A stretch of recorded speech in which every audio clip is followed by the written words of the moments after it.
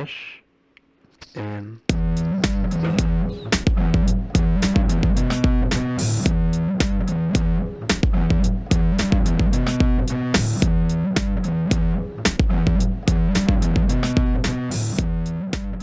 All right, welcome back to another episode of Fresh and Buds. I'm your host, Tommy Fresh, and you are all my buds. And this is episode 55, and I am so excited to be joined by another Tommy.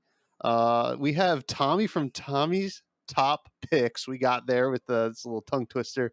He's a great podcaster. Talks a lot about flesh and blood and comics, and also a great cosplayer, which we'll get to. But how are you doing, Tommy? Good. Thanks for having me. I've been looking forward to this for a while. Yeah, excited to be here. Excited for our topic. It's gonna. I mean, we got a lot to dive into. Yeah, we had to stop ourselves before the recording and just be like, all right, let's hit record. let's go. Yeah. We were just like, it's like because I just felt myself. We were just chatting before we pressed record, and I felt myself slipping into like all the tangents I knew we were gonna get into anyway. So I was like, all right, let's press the record button. How about that? But before we get to it, I do want to thank the Patreon, which is humming and dinging right now over there. It is in the show notes. We have some big changes coming in September. I haven't announced them yet. I know I mention it every week, but all of your support does help keep the lights on and the mics hot, which is very helpful to me, and I appreciate it greatly. And I do want to remind everybody about the Realm Games giveaway that I'm doing. So the Realm Games in Mansfield, Ohio is doing a fall brawl in Columbus, Ohio, the weekend of October 22nd coming up here, which will have a 10K. There's going to be some other side events, some really cool stuff. And most importantly to me is they're going to have a speakeasy kind of post day one kind of party for 21 plus, and there are tickets available to buy for that, but I am also giving away a speakeasy ticket so you can have some drinks, do some drafts, hang out with some great people. Myself will be there, Mara from Blackwing Studio, Flake. It's going to be a ton of fun. So you can enter that by making a podcast hero card. And all that info is actually pinned at the top of my Twitter page, which is at Fresh Buds Pod. And there is a channel in the Buds Discord, which is also linked in the link tree. But we're going to get to the main topic. We want to learn a little bit about who is this other Tommy. I'm Tommy. This is Tommy. What's going on here? I didn't know people were allowed to have the same name. Tell us a little bit about yourself and what you do. Well, I'm glad you asked, Tommy. Tommy does a bunch of things. He reads a bunch of comic books. He plays a bunch of card games, and he likes to talk about them online.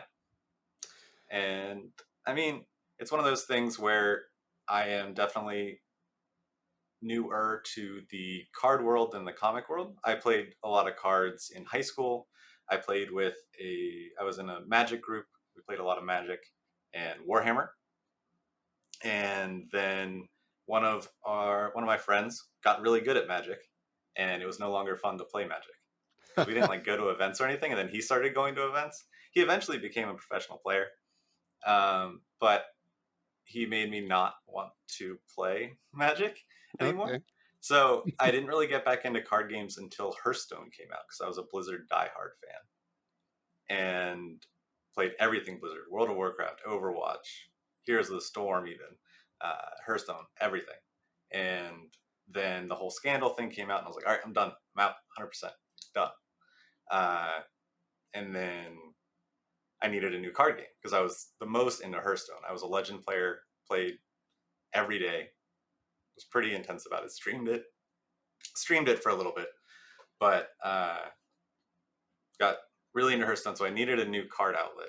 And then I started looking around the usuals. I dipped back into Magic, and then I kept hearing rumblings about Flesh and Blood, and then that's when I was starting to get burned out on Magic again, because it was just the same thing. And something I love about Flesh and Blood is it's a lot harder to just grind games than just hopping on Magic and doing Arena. It's a lot more of like a special thing. Like you go to my armory and it's a special night out with my Mhm. buds, and it's something I look forward to every week.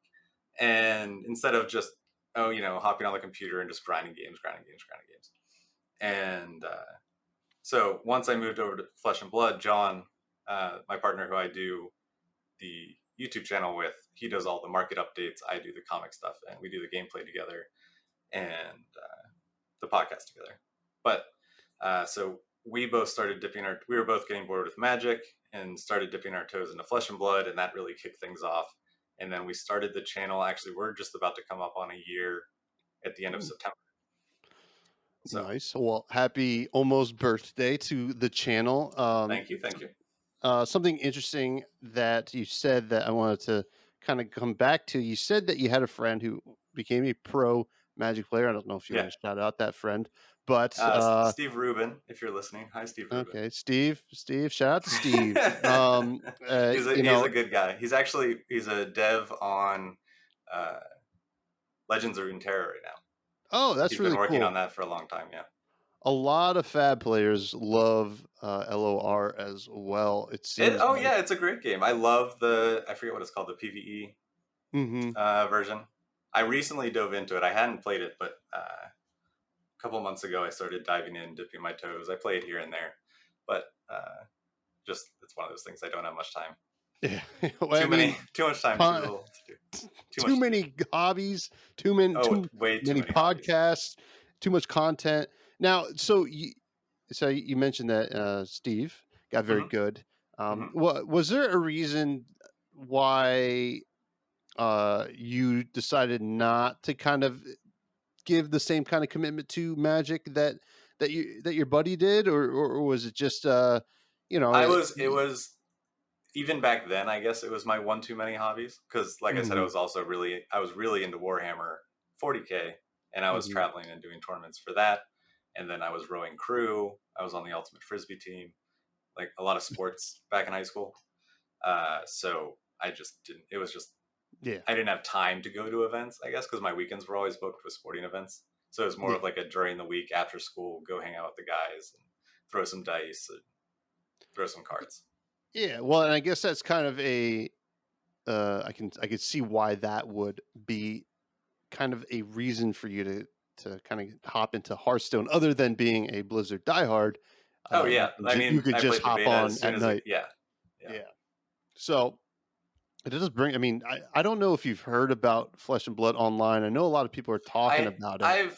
I played it a while back and I wasn't thrilled with the experience, but I have heard that there's a bunch of updates, and I'm glad it exists, but also it's not really for me, I guess.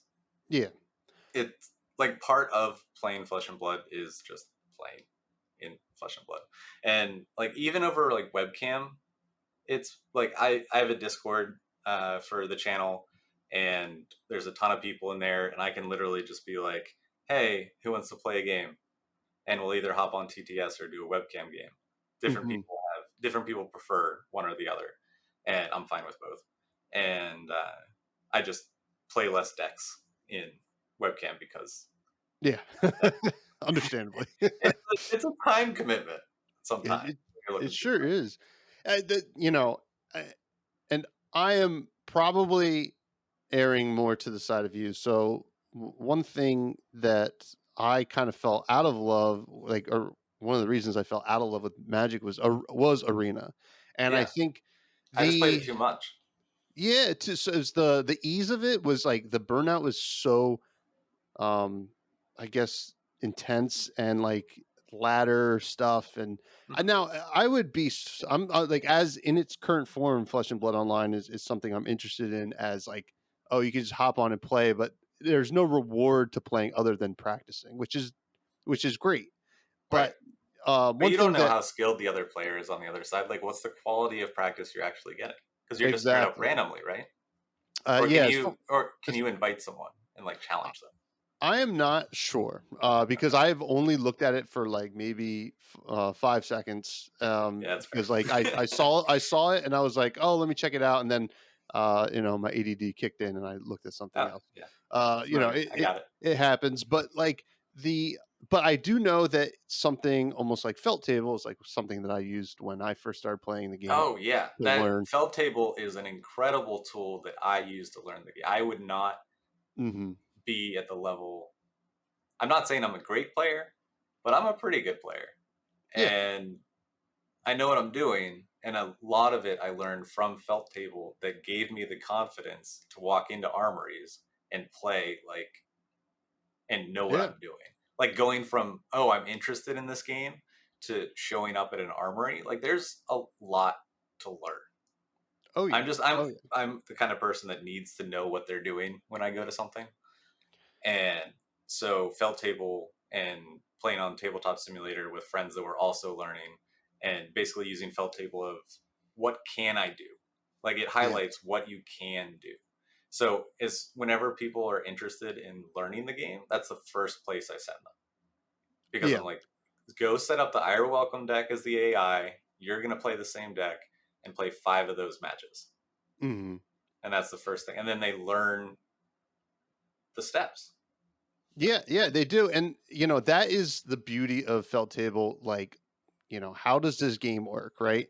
Hmm. And it seems to me that Flesh and Blood Online is kind of doing the same, right? It can teach you how to play the game. The only issue I have is, and this is something that came up while I was playing a game with Cody from the Buds last night in the Buds Discord, was so much of this game and being successful at a competitive level is remembering triggers. I mean, if you Yeah. think about Yeah. it's right. It's like if think about and like this is not just a shot at Pheno Black, but think about how many Oh, I'm guilty. tournament results would be different if every single tunic trigger was remembered. Yeah, It's right. the Exactly. landscape would be incredibly different. Yeah. And that is such an important skill. And that is something that I feel, and I felt the same way with like Magic, was you kind of lose that awareness, that like table awareness when you kind of like jam a lot in like that Yeah. kind of Oh, environment. absolutely. Yeah. Yeah, that's how I view it. Because it I just that, automatically does it for you. yeah, yeah. So obviously, great players are going to remember the triggers anyway, and they can hop on there and practice whatever deck they want to play. But like, I would I would always like to caution players, like this is taking out something that you're going to have to worry about in competitive play. Yeah. Yeah. Yeah. And yeah, and that's a crazy tangent because Hearthstone, Magic Arena, Flesh and Blood Online. Oh, Who knows? yeah. I no, I just think I so I've been asking people and haven't really no one's really like given an answer. Like how big like LSS doesn't want something online, right? Like because otherwise they'd put it up. So like how big can this get before they're like, hey, Chill out. yeah. Yeah, the question I is mean so they have LS. to know. They have to know about it. Yeah, I think they've even like responded to things on Twitter about Yeah, it. Like, um, it's very interesting because LSS is very well, not very vocal, but they are vocal about the flesh and blood. Obviously, yeah, right. now it's hard to Otherwise, they'd say. be putting. Do you know how much money they could? How much money they're leaving on the table not putting Mhm. a digital version out? Yeah, and maybe I'm the not saying they future. should, but Yeah, like yeah. that's how much they believe in it. That they are Mhm. willing to leave that money on the table and be like, "This is what we want for our game," which Yeah, that says something that they it care. does. It does. Now, I can't speak for LSS, but another reason they don't have it right now is they realize that that's a very competitive space, and that the Absolutely. space of tabletop should be dominated first, and then they could launch into that's like digital sphere. That's like I don't know if that's the case, but that could be a strategy thing for them. I'm hoping it's not because that's not why I love this game. But in reality, it will bring in a lot of players. And Right, and I think that's why a strategically launched digital version down the road, say the game becomes stagnant. It mhm. doesn't lose players, but it's not gaining players. Yeah. Then if you're not gaining players, you are going to slowly lose players because there's just that's just what happens. And so maybe once they start to see the first signs of that, then they bring in a digital client and try Yeah. and then they hook more people and they get a new audience. Because the people playing Magic now aren't the same people that played Magic 10 years ago. No. Like people rotate in and out of Magic. People are like, oh, they get nostalgic for Magic, they start playing it. And then a couple years later, at most, they're like, I'm kind of done with this again. And then a couple years down the road, they're like, oh, Magic, I'm nostalgic again. And so that we're reaching the point. So this is year what, 3 for Flesh and Blood? 4? 3. Yeah. 3. 2019 was And WTR. yeah, and so what happens when we reach year like 5, 6, 7?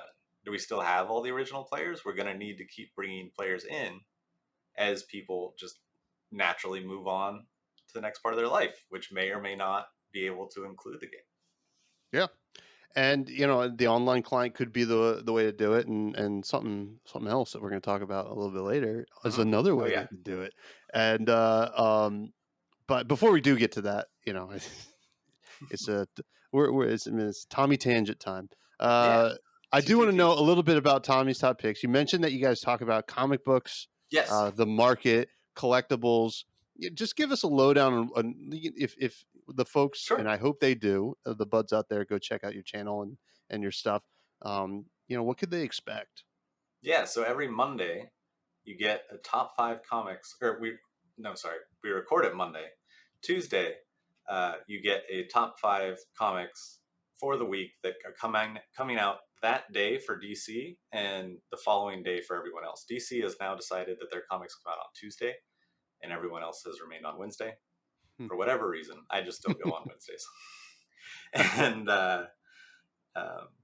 but so on Tuesday we put out a video kind of putting out our top 5 picks. They're either ones that have first appearances or like from a speculator point of view, but also from a reader's point of view. Here are 5 books that you should take a look at if you're going to the store this week. And then we also have like we're working on some like how-to videos, because we realized we kind of built up the channel initially with card games and then are starting to work in the comics. So we're putting in some kind of how to get into the comic world videos, like how to get your books, how to keep them organized, all that kind of stuff. But which is useful because comics are bigger now than maybe they ever were, right? Because at least I would assume so with the popularity of the MCU. It's wild. And the DC, amount like of all the shows that have been coming out, like both DC, Marvel. I mean, we just had the Sandman show, which I personally love. Marvel has the Star Wars license again. So the Star Wars, I'm diving deep right now into the Star Wars comics, and it's a wild ride. I started when I went all the way back and restarted in the 2015 run when Marvel first got the rights back, and it's just wild. Like the Darth Vader books are incredible. The side books, like there's new characters that haven't been in anything else yet that are just great characters and additions to the universe. It's a whole thing. But. Yeah, well, it sounds like they're recreating what they call it, the extended universe that they they kind of I mean, when Disney took it over, they kind of chopped off everything. It was like everything before now is now, I forget what they call it. It's not legacy, non-canon. Oh, yeah, legend. Okay. Basically everything's non-canon. It may have happened. It's more of like a myth. And so everything moving forward, which also gives people like this incredible once in a lifetime jumping opportunity into the lore, which I think is super cool. I mean, it happens in comics like every year now for every book. There's like a good jumping on point. Okay. And Marvel like hates getting past issue 12 before renumbering to a number 1.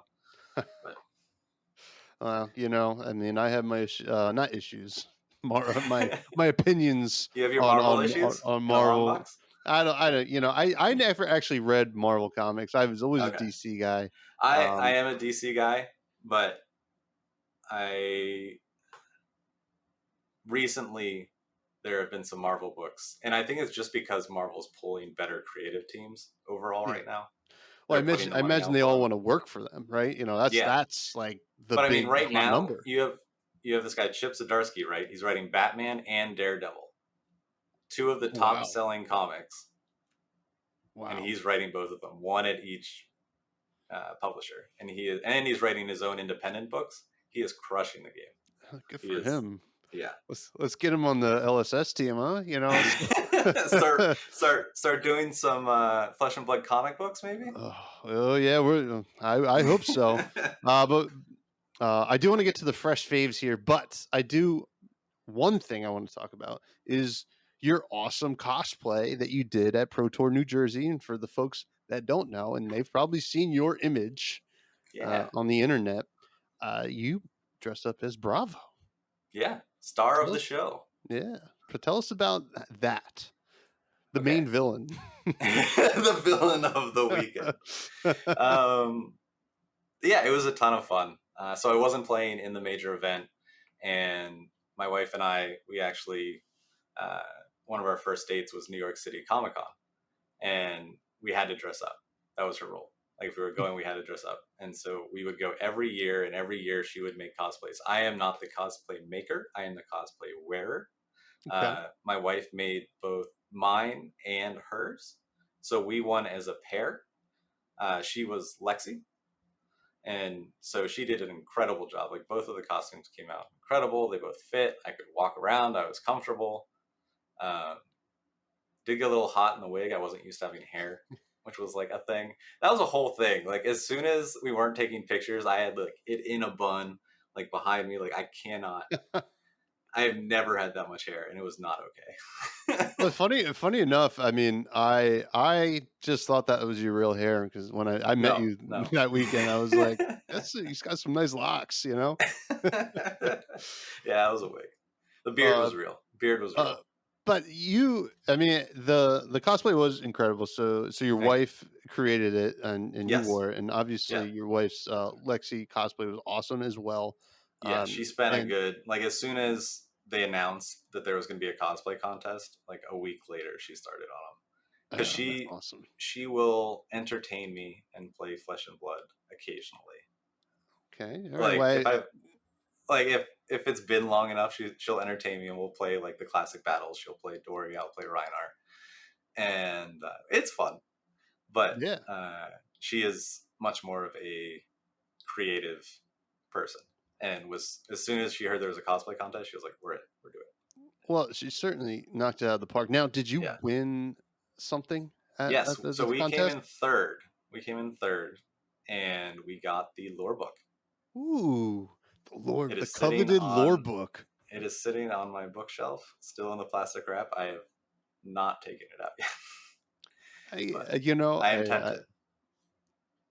It is nice. You can read the stuff online, but Yes, that's why. That's yeah. it's God. Probably looking at it, I would be so tempted, man. I know. I'm tempted every time I look at it, but then I'm like, it looks so nice on the shelf, all sealed. I mean, the value would probably retain, though. I don't know. Yeah, I'm I'm speaking. a comic book person. As soon as I get my comics home, they are going in bags and boards. Uh, So yeah. Do you read your physical comic books? yes, yeah. Okay. So I put them all in the collection, and then I keep what I need to read in like a short box or a long box, depending on how far behind I am. Mm-hmm. And then, but they're all bagged and boarded, so that as soon as I'm done, I can put them in a pile, and once that pile gets big enough, they all go in the collection. Very nice. Very nice. It's just a pain in the butt because it's now like almost 40 short boxes. I'm done with long boxes. My back can't take it anymore. Oh my God. I mean, I'm with It's a you. collection. It's a collection. I had to pack out for the folks out there who don't know, there's a chain in the States called Total Wine. Total Wine Yes. is obviously sells wine, beer, liquor. And there was a new one opening up here in Jersey. I had to help pack it out. It was, a team of us moved like 800 some odd cases of beer. And I was like, I felt fine during it. And then like I got home and I was like, oh, my back hurts. I'm old. Like this is Yeah, this is yeah. it. Like I'm like this is the rest of my life. One more question about cosplays though before Yeah, we get yeah. to the fresh faves. If you do another cosplay, which Mhm. would who would you want to dress up as? Cosplay as? That's hard. I was thinking about doing like a gender swap Kasai. Ooh, Could be cool. Like kind of make my own Centauri that'd be awesome. warrior. Maybe want Wait, to like look through the card art and try and find something, but well, like not like Ethan. the character, but Yeah, well, Ethan Van Sant did an awesome gender swap of young Levi, and I mean, yeah, I saw it at Pro Tour. I'm excited to see some other really cool gender swap cosplays. So look out for the gender swap Kasai, people. Tommy's going to do it. You heard it. You heard it here first. Now we're going to get to a section I like to call the fresh faves, where I ask you a couple of your favorites from Flesh and Blood, and you're going to give me an answer. Hopefully, Okay, are you ready? I'm ready. Awesome. First, who is your favorite hero? Kasai. Awesome. Why is that? She's fair. She is a fair deck. And I Mm-hmm. bring her almost every time to Blitz, except for when I want to try something different. Like recently, I tried the new updated for Uprising Benji, which is gross. But Oh, I bet. if you don't win turn 1 or 2, you lose. So it's like it's a roll of the dice, and it's if you go up against a Guardian or a Warrior, you already lost before, like when you sit at the table. Oh no. So not great, but Kasai is just fair. She is a good deck that can't one shot you, but if you don't respect her, she will end you quickly. Like if you Yeah. just let her get that copper Mhm. and she pulls and she gets 6, like she gets an early spoils of war. If both of those hit, that's 6 copper. Oh yeah. And And then then turn 2, if turn 1 or turn 2 you had blood on her hands and arsenal, yeah, you're going wide. Like you it, have your resource in your equipment, you have blood on her hands. It's just it's such it a fun deck. Like it can go crazy early, but it's only due to your opponent not respecting the copper generation. it feels like to me a fair, I guess I think both decks are fair, but it feels like a more normal, if this is the right word. I do not It know. generates more classic back and forth flesh and blood gameplay, which is my favorite. Exactly. And it does that more so to Bolt and Sabers, which is similar. Obviously, you're kind of Right. popping off with your sabers, but no, definitely it feels like a normal game you're playing, Yeah. which is kind of cool. What is your favorite weapon? Dawnblade. Ooh, not the sabers. No. So the sabers are fine. I like them. But the counters on Dawnblade and just it's just again you have to respect the weapon. And it's one of those things that in CC I'm going to be looking forward to Hmm. because I can't play Kasai in CC, Not which yet. I have a theory about it. We're going to get Draconic Kasai with Ember Sabers with a new combo that works off of silver, and she's going to generate silver. Or just Oh, let us or the go gold. crazy and give us another copper one and keep it copper.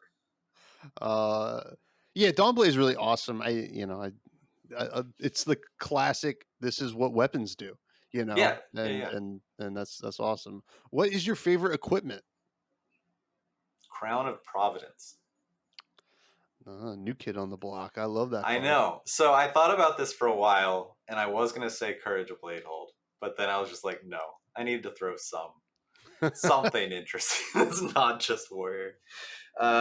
So what I really like about this is how it's changed the meta Hmm. from Arcanite Skullcap being an auto include in most decks that don't have a headpiece to decks that want to play aggressive, decks that want to push, that wanted the hand correction at the right time, and like because that can be so like in Kasai for example, getting rid of another your second go again card Hmm.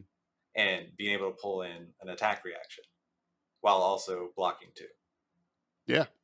Like I just mean, fixing your hand, and then those breakpoints of 2, and then in Warrior especially, like you can block with other equipment. Like so you can use your oh wow, I'm blanking. The feet. Snapdragon. No. No. No. There's Dynamo, a Valiant Snapdragon Dynamo, right next to my Valiant Valiant Dynamo. Dynamo. I'm looking at a So that's Snapdragon 3, and next to because my. you can use that pretty much every turn because you're swinging twice a turn.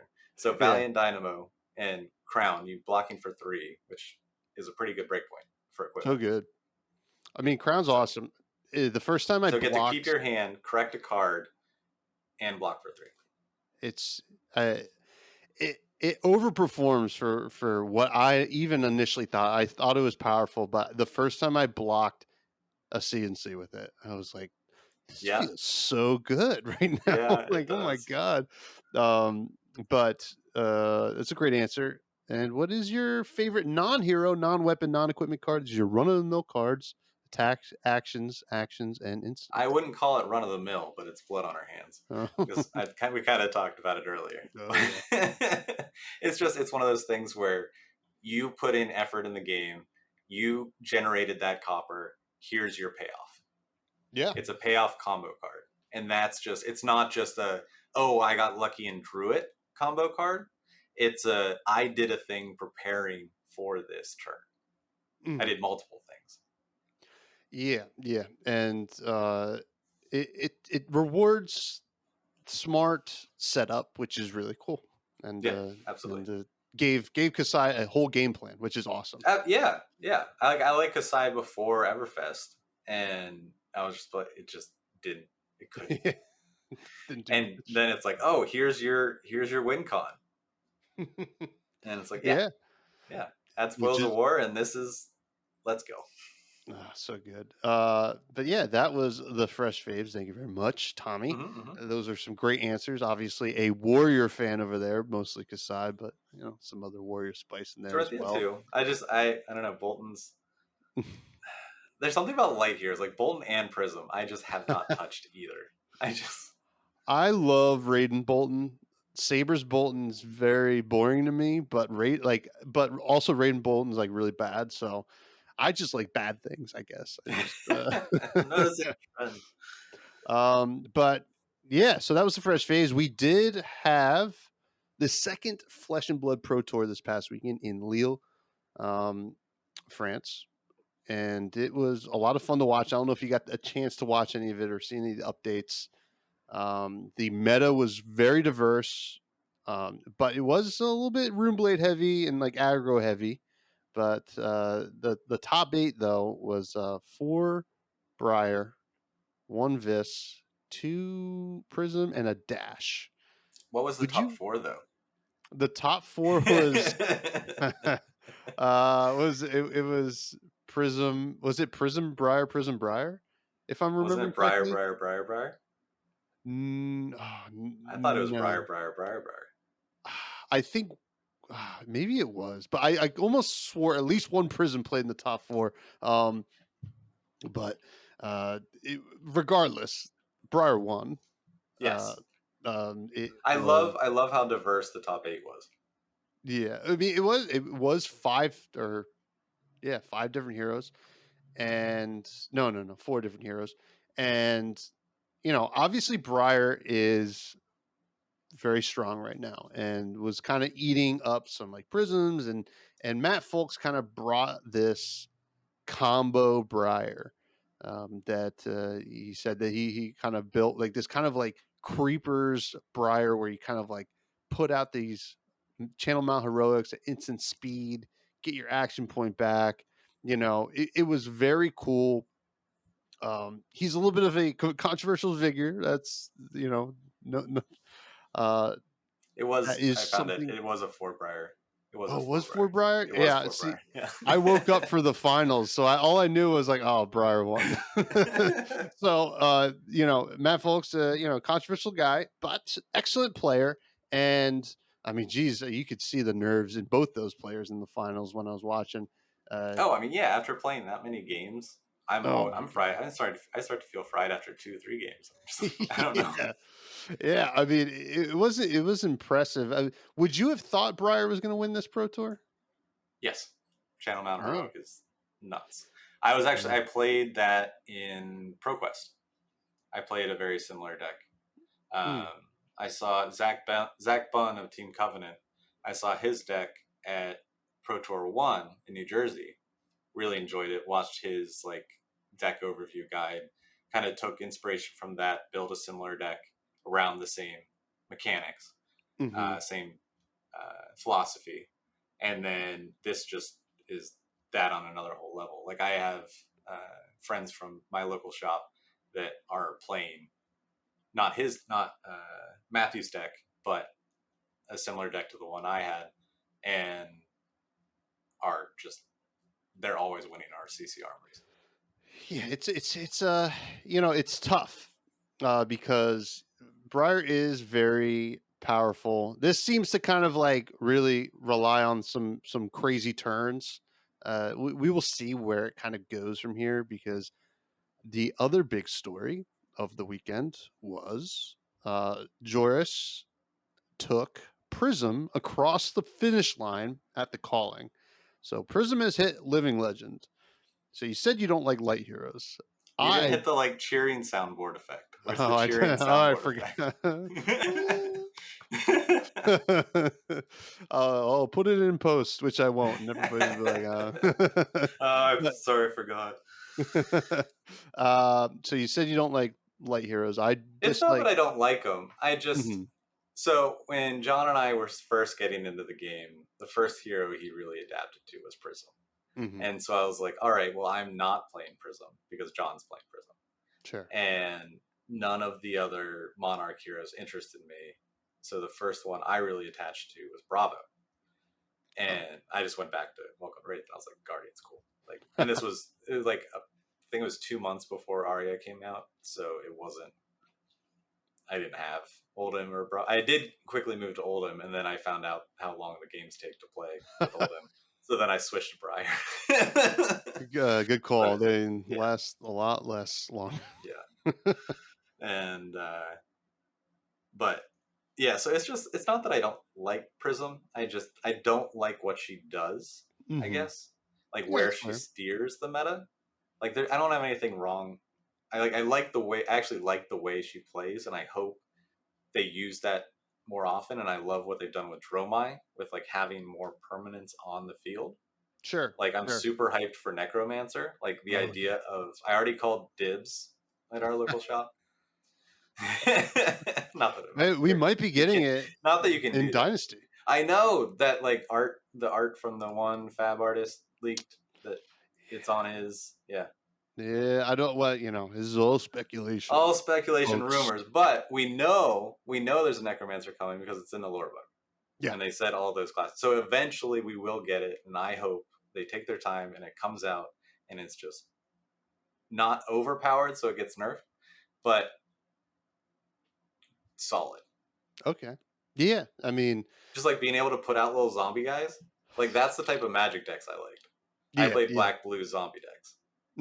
Yeah. I was similar. I played a lot of black and red decks. I mean, usually like Rakdos decks and stuff like that. Yeah, yeah. Yeah, it's very exciting, the Necromancer. But yeah, I mean, the problem with Prism, as opposed to Dromai, who I do like quite a bit, was the Spectra and the unfun gameplay, and the fact Yeah, that it gatekeeps Guardians out of the meta, right. which Now look terrifying.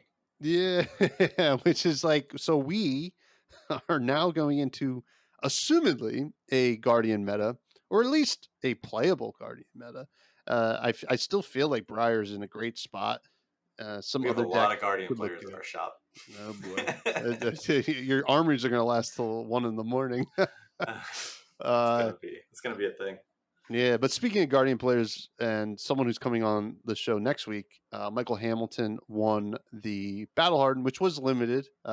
He adds to his GOAT status. He's now won 2 Nice, callings and nice. 1 Battle Hardened. It's very cool. Congrats.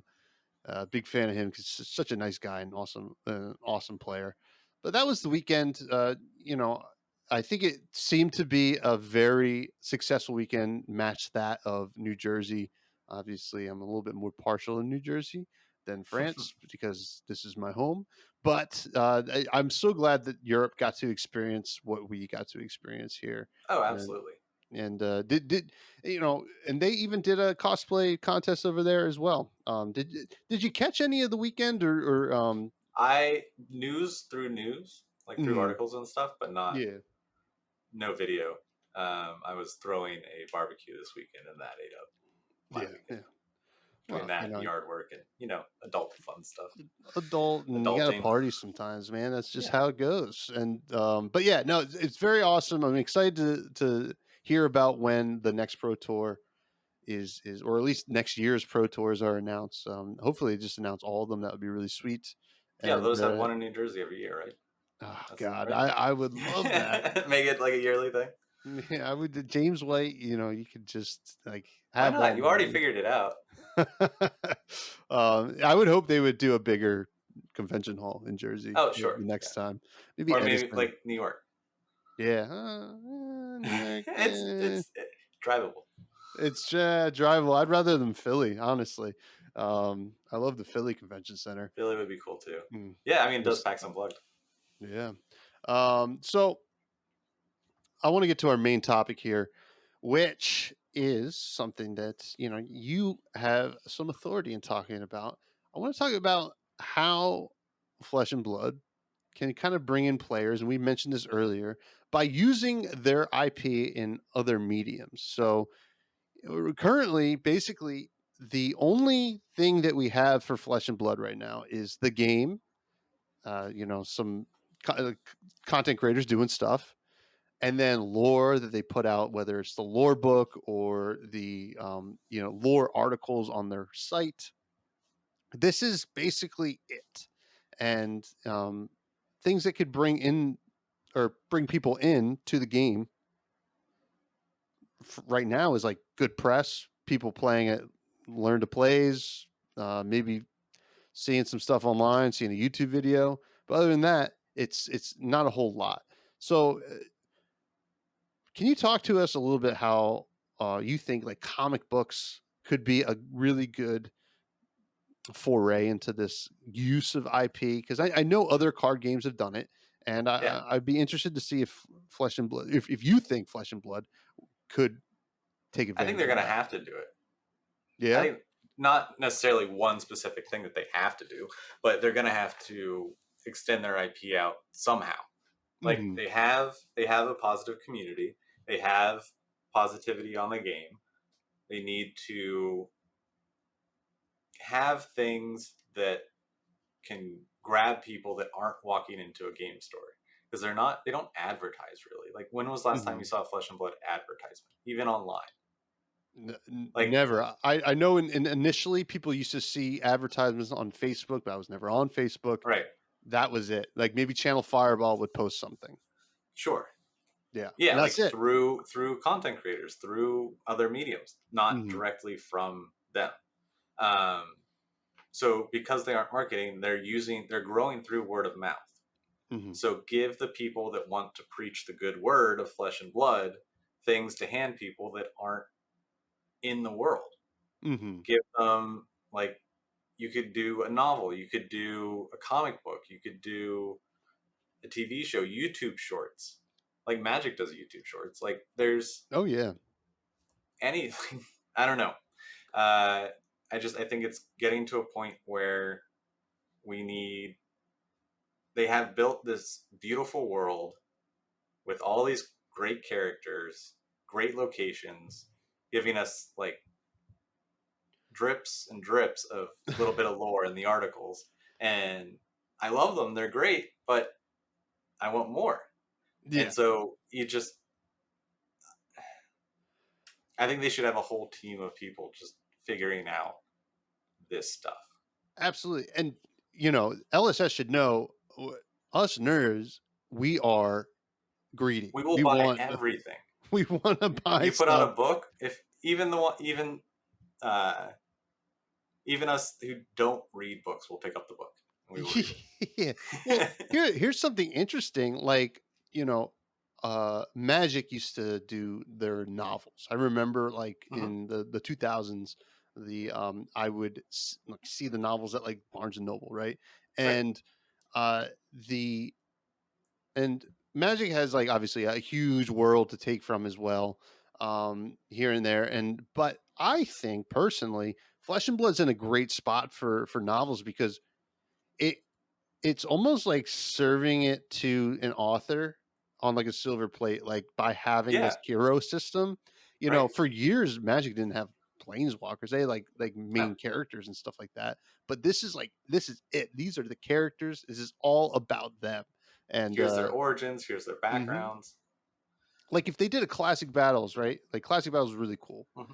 If they did a classic battles that coincided with a novel, like instead of just the little lore book Right. that When you they got. first announced the lore book that was coming with it, I was thinking like, oh, this is gonna be dope. Like this is gonna be like a book that I can read, and like it'll be at least 40 pages. Like it'll be something I can read, not Yeah. just like a pamphlet.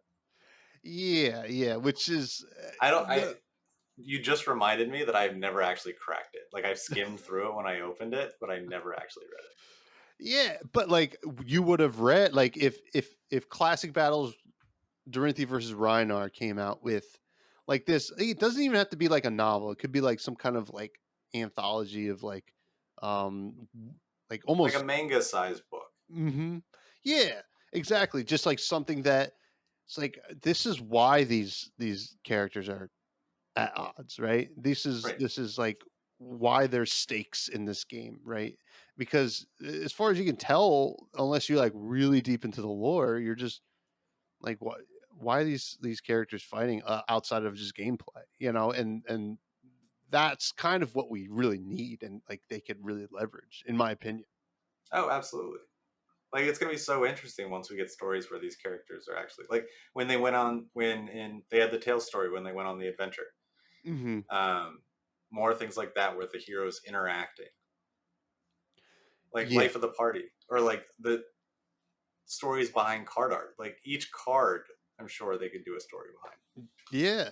Well, that's the thing, right? You know, we're getting these lore articles, and those, instead of lore articles, they could just be like, here is a blurb from our new novel about this round's on me. You Right. know, it's like that would be so sweet. People would get so amped about that. Oh, absolutely. And it would So, get people. It would People would see it like Barnes and Noble or whatever, and then pick it up, and then figure out. You would have ads or like talk about. You would have like a about Flesh and Blood page before the book or whatever. hmm yeah. Well, and then another thing is like if they create this kind of product, and content creators are going to run wild with it. I mean, we already have folks out there doing narrations of the original lore book. Hmm. There's going to be people doing chapter reads on YouTube Oh, of absolutely, absolutely. which it brings in a whole new demographic, which is really cool. Now, do you think what do you think is a little bit more likely, comic books or like the novels that we've been kind of like tangenting on? I don't know. I think it could go either way. I could see them going novels because that's what the industry tends to do. Hmm. But Magic has had a lot of, if they're looking at Magic at all, which I think they should, just, I mean, they're the number one in the industry. Why would you not? Like, Yeah, they're doing things right. Uh, it's not MetaZoo. That's a joke. Hello, folks. We're here, and I almost wore my MetaZoo shirt today. I have a MetaZoo shirt. I have a. I don't play anymore. I stopped. But what is it? good call. Lava Bear. The Lava Bear shirt. I was just like, I can't not have this shirt. Lava Bear is too good. Yeah, But what was it? The Magic's number one, yeah, as and you're Magic saying. is doing comic books right now, and they're like starring and really telling stories about the planeswalkers Hmm. and intertwining them, and then like having them connect and just telling stories with the characters, and having the art behind it is also a plus. Having the collectability is also a plus. Like your market likes collectability. I mean, it's a card game. People like to Yeah, collect card it's games. already built in. People like to collect comic books. You could have variant covers. You could have a cold foil cover that's like the 1 in 100. Wait, that sounds awesome. So Cool full when cover? like Marvel and DC and Image have been getting crazy with these like really nice hard cardstock variants, Yeah. and some of them are like, so for the way it works is in comic shops when they order, say the new Batman's coming out, right? Batman Mm-hmm. 127 came out this week, or next week, and there's the regular cover and there's the B cover, which is like one out of every two, or like every other, and then there's the C and D and E and F covers sometimes, depending on how big the book is and how many are being printed. Where it's like one, if you order 50, you get one of these. If you order 100, you get one of these. If you order 200, you get one of these. So the shop has to order 200 copies of this comic to get one variant cover. And so that one obviously goes up for a higher price Mm-hmm. Yeah. because they had to order 200 books just to get it. You know, they got to make up for all the books that people won't be buying, I guess. I mean, Right, but then that yeah, sells a ton of comics. Like it yeah, goes through the distribution, it gets pushed through the distribution chain because someone is willing to pay, I don't know, 80, $90 for that one cold foil cover, yeah, that variant cover. And then you have that basically pays for, I don't know, like 30% of the rest of the books or something. And yeah. then so when the store sells any of that 30%, that's straight profit opposed to the normal cut because they sold one of those because they pay the same price per book. Yeah. It's just however many you buy, you get one fancy one per X. That's a pretty cool idea. I think that is something that Flesh and Blood could kind of really foray themselves in there. I mean, like Yeah, the like you could have a main line, right? So you have the main line Flesh and Blood where it's like Mhm. telling the core story of Flesh and Blood, however they want to tell a core story. And then they have uh, individual books, like they could have a Dorinthia book and a Reinar and a Levia and a Kasai and any other hero. They would just have like 5-issue miniseries where they tell the origin story of the character. Or they Yeah. could, if it's a popular enough character, they could have their own book, or they could group them together, like the Tales of Aria book, where it covers those heroes. And Mhm. like the world is their oyster, I think, in comic books. But Mhm. Oh, yeah, you can do almost anything, right? You yeah, know, even story-wise, you can get a little crazier than you would normally, I guess. yeah, you could I get the feel like polyurethane, or you could get the plastic bag variants, and behind the cardstock is promo. oh, yeah. So you could Yeah, have oh, comic book promos.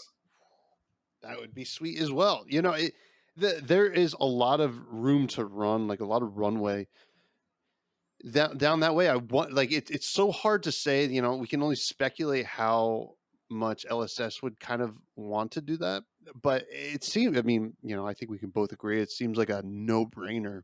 Now, something I wanted to talk about was TV and film. Hmm. You know, film is probably a little bit more far fetched. I mean, you know, but Yeah, TV. let's. Yeah, yeah. I mean, well, I you don't know, even think we're ready for TV yet, honestly. no, we're probably not. But you know, there was some article that Hmm. we we talked about a little bit. I remember someone saying, "Oh, Netflix is trying to get the rights to Flesh Yeah, and Blood," which to me felt like a little crazy. But I also wouldn't put it past Netflix to just gobble it up for sure. whatever reason. Though you know, maybe they have some uh, monetary issues these days. I'm not sure.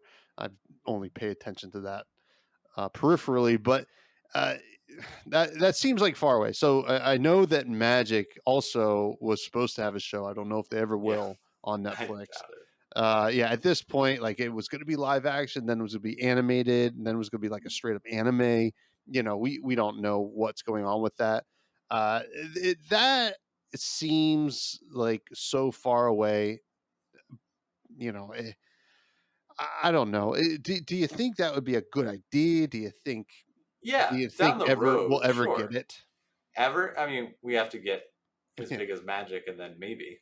Hmm. So like, I don't know. Yeah, yeah. But really, I think the short term, like where we are now, they could be putting together animated shorts, like Okay. teasers, trailers, Sure, sure. like You know, not for like a product, but like starring a hero, like a hero teaser. And then like the way they start teasing off these heroes is by an animated film, like 2-3 minutes of. Did you ever play World of Warcraft? yeah, yeah, a little bit. Yeah. Like how they would do those kind of animated, uh, Like non cutscenes 3D, or like 2D cutscenes, like with the yeah. over the maps and everything like that, and then the cutouts. They could do something as simple as that. Like it wouldn't need to be heavily detailed. It doesn't need to be crazy over the top. Just some kind of video, shareable video on YouTube, highlight showing both story, the character, and maybe a card or two at the end. Yeah, yeah. And that could be uh, actually it's funny that you bring up the YouTube. I've always felt that uh LSS's like Flesh and Blood YouTube page could have a little bit of a uplift, like an overhaul. That's coming from someone who sucks at YouTube. I'm like, my YouTube page sucks. Like, this is an audio only podcast, but that's well, something's changing soon. It's not this podcast, but maybe something else. It's a little teaser for the people out there. But I look at Flesh and Blood's YouTube. That would be something I would hope to see on their page, right? Like, Right. you go on And you there set and a you're, premiere, like mm-hmm, set it as a premiere for like 2 days out. yeah, Fab Twitter will go nuts trying to guess what it's about. yeah. I mean, they're Fab Twitter. Sorry, I hit my mic.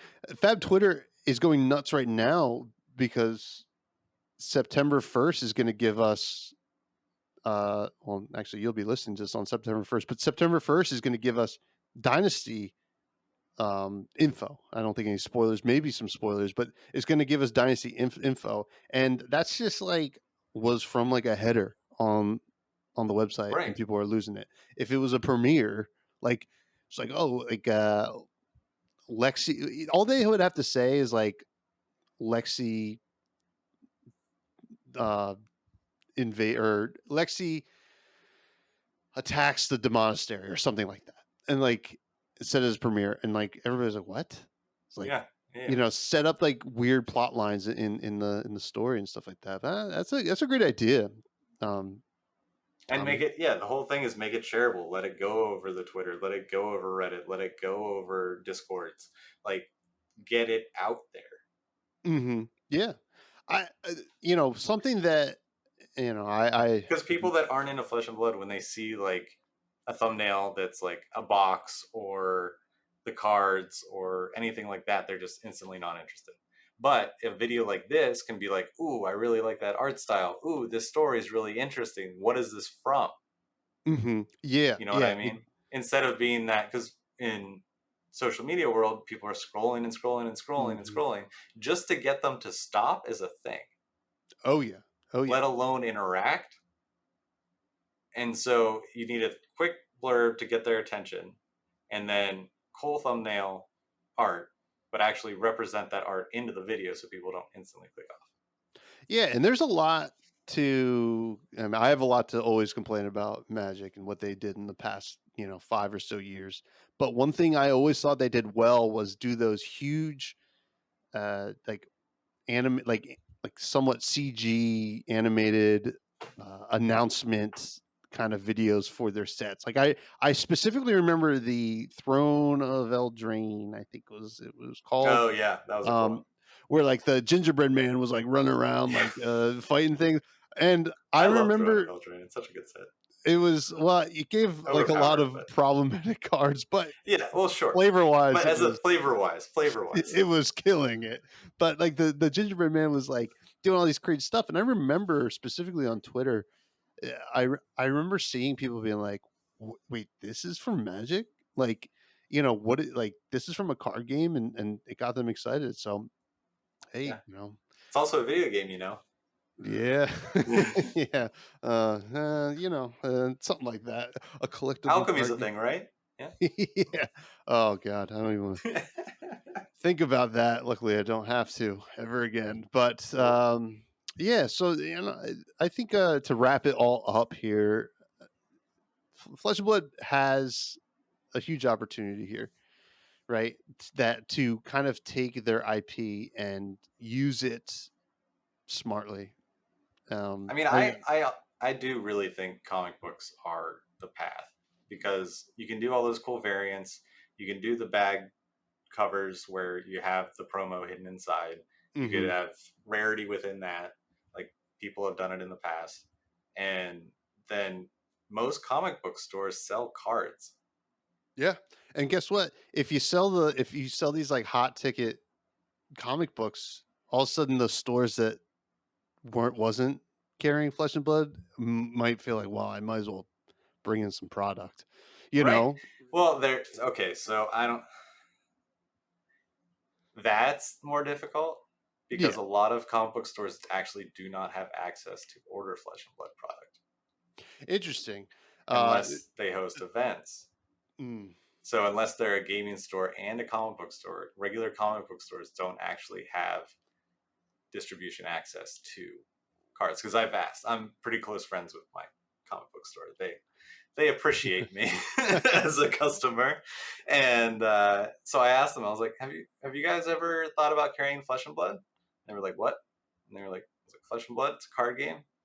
And they were like, "I'll look into it." So he asked his distributor, and he was like, "Yeah, unfortunately, we don't carry that because it's just a different distribution chain. But mhm. that distribution chain carries Magic, it carries Pokemon, it Yeah. carries Yu-Gi-Oh, it carries the big card games, but it doesn't carry anything else. Yeah, yeah. Now It does living card games, but I'm sure that, I mean, I have to imagine if Flesh and Blood gets to the point that they can start destroying comic books, they should hopefully, you would hope oh they yeah, would so open that's the up thing, distribution. right? That's the thing is like with this distribution, with this fantasy idea of them putting together comic books and all that stuff. Um, I'm just waiting for the day. I'm waiting for the announcement. It's coming. I'm gonna be waiting a long time. FaB 3.0. I'll be here. It'll be 2035 and 9:32 in the morning, and Twitter's gonna blow up. Flesh and Blood comic books. Let's go. Um, but no, yeah. If they start putting out comic books, then they obviously will see the issue that comic book stores don't have access to distribution, Yeah. and to get a comic book store to actually carry your comic, because they're your customer, like, Yeah. Yeah. Yeah. and so they're the first. They're the ones you need to sell your comics on, and if they don't have access to buy your cards to sell, that's a problem. Yeah. But Yeah. I would assume that would be handled. It would be a great way to jump off open distribution, right? I imagine like Yeah, kind of an announcement. It's like, hey, we're making a comic book, and also we're going to make it a lot easier for you to get our cards, yeah, yeah, yeah. which would be really sweet. And I think I don't know how far away we are from it, but I'm hoping not that far. But Tommy, this has been a real pleasure, my friend. Yeah, it's been a blast. Thank you. I'm glad that you were able to come on and just join the Tommy party that we have going on over here. I Anytime, would Tommy. I, I would please love for you to plug all of your things. I am Tommy's Top Picks on Twitter and Tommy on Discord. We have a link to our. I can put all the links in the Yeah, show yeah, notes as well, yeah, yeah. which I will. I normally do, but yeah, And yeah, Tommy's Top Picks on YouTube. Basically, Tommy's Top Picks everywhere. easy. Yeah, just that. Yeah. TTP. And you all please check out Tommy and their show over there. Just good big butt energy over there. I kind of just like the kind of people I love to chat with and kind of be associated with. So please, buds, please go out there and check out Tommy's stuff. You can still find me at Fresh Buds Pod on Twitter. The Discord is the Buds. It is in the link tree below. Subscribe to the YouTube, like it, comment, share it, whatever. And if you're listening on audio, which I get most of my listeners in the audio realm, uh, hop in and leave like a review on like iTunes or Spotify, wherever you listen, and it really helps discoverability. And same goes for the Tommy's stuff as well. And I always like to end the show with a little bit of food. And I see you put a note here. You put Heinz. What's the deal with Heinz? So I figured I was preparing myself to be asked, the ranch or blue cheese question. Oh, well, I And mean, so what is it? What's your answer? can my answer be Heinz ketchup? I mean, I guess it can. I don't like the only. Okay, yes, it can It be is a the sauce. answer. And I did Google, is ketchup a sauce? And it is a sauce. It for sure is. Though I am, I have blue cheese like dressing on my salad. I don't know Yeah. if I'd throw the ketchup on my salad though. No. Like a French is kind of not. Have you ever had a close. Pittsburgh salad? I feel like I've recently heard about a Pittsburgh salad. What's the deal with Pittsburgh? It just has French fries on it. Oh yeah, Just yeah. straight up on top of the salad, just defeating the whole purpose of a salad. Why wouldn't it have French fries? It's Pittsburgh. I mean, what is going on out there's there? permanis. Like you got your whole dinner on a sandwich. You got your beef. You got your coleslaw. You got your French fries, all on the sandwich. I had Sin from Sin on Stream, who's a big Yinzer Pittsburgh guy, and I'm a Yinzer. Oh, really? Oh, okay. Yeah. So we had born and talked raised about a Yinzer. Came we to Philly for college and got trapped here. It's okay. Now I was promised I'd never live in Jersey, and now I live in Jersey. Now you live in Jersey. It's awesome. You do live in South Jersey. Yeah. It's a little bit it's choppy down there sometimes, but it can. but I had Sin on and we talked about Permanis and like I was like, what is the appeal like to the? And he's just like, did he explain the whole trucker thing? No, he did not. So it was originally, it's been around for ages, and it's in the it started in the Strip District, which is where all the mass like big food deliveries and everything that goes into the city goes there first. Okay. And so they were a restaurant right down there, and truckers would come and get their dinner there all the time, and so they could take it to go, and their whole dinner would be in the sandwich. So they could just have eat and drive, and that while they're driving the big truck. That makes more sense than I expected it to. Yeah, they were like, "Oh, I can't eat coleslaw while I'm driving, but I want to. I want to eat French fries while I'm driving." And now you can by putting it in a sandwich. Oh my God! Well, and Heinz is Pittsburgh. So. Obviously, R.I.P. to Heinz Field out in Pittsburgh, which sore subject, I'm sure. Yeah, I'm not there now, but I've heard of a lot of people that are going to the games not wearing Steelers jerseys and wearing Heinz Field shirts. Oh, that's kind of cool. Just being like, no, this is Heinz Field. Yeah. You're wrong. I'm a big Packers fan. It's like if they ever changed Lambeau to something else, it'd be so weird. But you gotta love sports. But thank you so much, Tommy. Absolutely, anytime. And everybody, please have a great week.